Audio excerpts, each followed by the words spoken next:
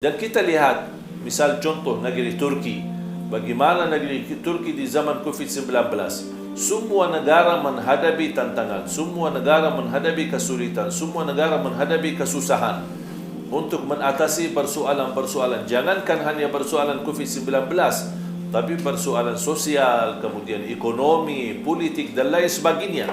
Tetapi kita melihat luar biasa betapa pendiri teguh oleh Turki, bagaimana bisa membahagiakan masyarakatnya, bagaimana bisa kemajuan ekonominya, bagaimana bisa kemajuan politiknya, bagaimana bisa kemakmuran sosialnya. Walaupun di zaman COVID-19 justru tercipta banyak pabrik-pabrik, kemajuan-kemajuan, rumah sakit yang terbesar, airport yang terbesar sedunia, kemudian pabrik buatan mobil dan lain sebagainya. Itu menunjukkan betapa keseriusan, kesungguhan seorang pemimpin seperti Erdogan. Apalagi beliau bisa dan luar biasa ketika ngaji Al-Quran. Dan ini ketika dia menghargai Al-Quran, tilawatul Quran. Saya beberapa waktu yang lalu melihat sebuah rekaman video di YouTube ketika beliau berkunjung ke London, ke Inggris.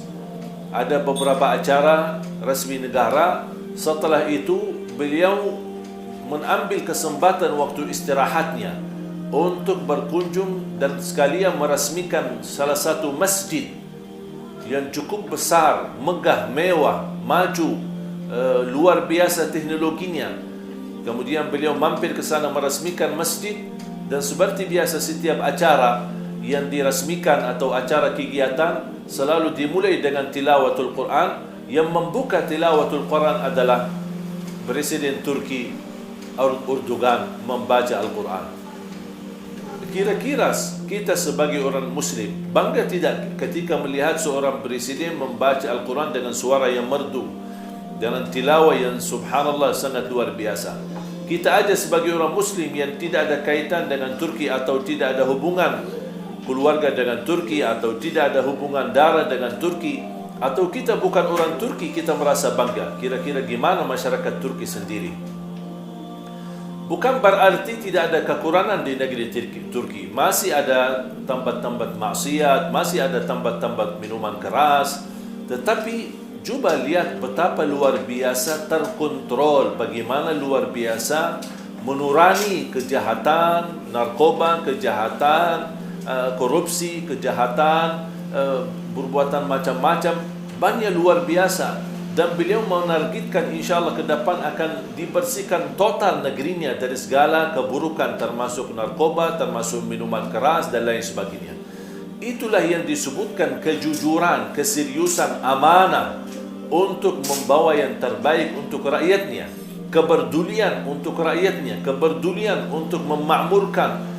Apalagi beberapa waktu yang lalu sampai heboh di dunia, beliau meresmikan atau mengembalikan Hagia Sophia menjadi masjid.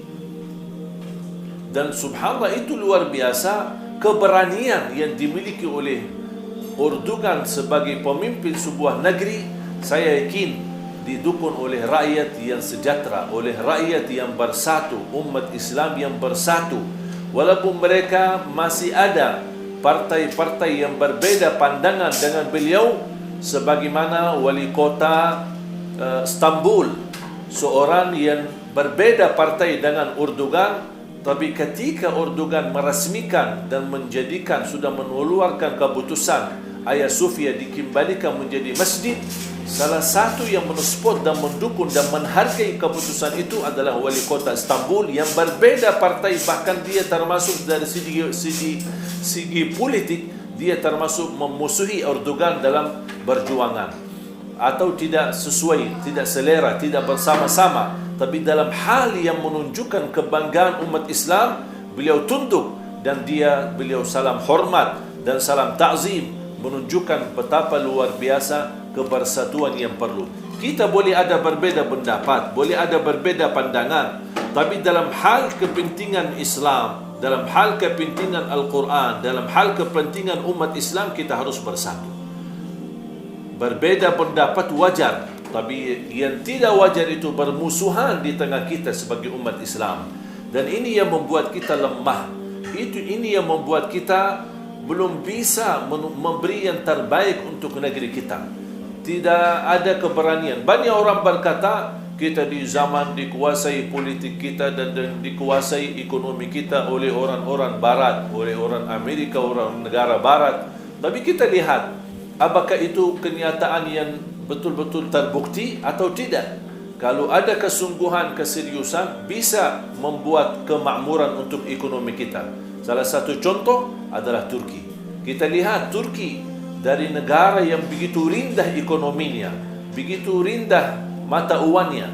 Dalam ketika beliau menjabat sebagai Perdana Menteri, bahkan dari dulu waktu menjadi wali kota Istanbul, kemudian berubah menjadi gubernurnya, kemudian berubah maju lagi menjadi Perdana Menterinya, sekarang menjadi presidennya.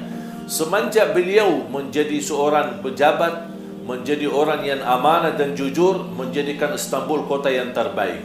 Ketika dia diamanahi menjadi Perdana Menteri, dia memberi aturan dan undang-undang yang sangat luar biasa untuk mensejahterakan rakyat dan kemakmuran negara, dan melanjutkan lagi perjuangannya ketika dia menjadi presiden. Berarti kalau ada niat dan dasar takwa, jujur dan amanah, tidak mungkin ada orang yang mampu menghalanginya, walaupun negara barat itu sendiri. Banyak negara barat yang tidak setuju dengan perjuangan Erdogan, tetapi beliau tidak peduli. Yang penting dia pedulikan rakyatnya. Bagaimana rakyatku sejahtera, bagaimana rakyatku senang, bagaimana rakyatku yang bisa merasa kecukupan, dan terus memperjuangkan yang terbaik. Dan masih walaupun diganggu dengan perang sana sini, diganggu dengan isu-isu politik, diganggu dengan ekonomi krisis dan macam-macam, tetapi beliau masih kuat, masih sabar, dan selalu memohon perlindungan kepada Allah Subhanahu wa taala. Dan setiap dia berkegiatan sehari-hari, dia selalu salaman sama ibunya, bahkan mencium tangan ibunya sambil mencium kaki ibunya, dan dia minta doa restu. Subhanallah. Inilah seorang pemimpin yang tawadhu, seorang pemimpin. Saya yakin suksesnya beliau karena dia begitu luar biasa berbakti baik sama ibunya, dan disertakan doa ibunya yang buat beliau bisa maju dan makmur.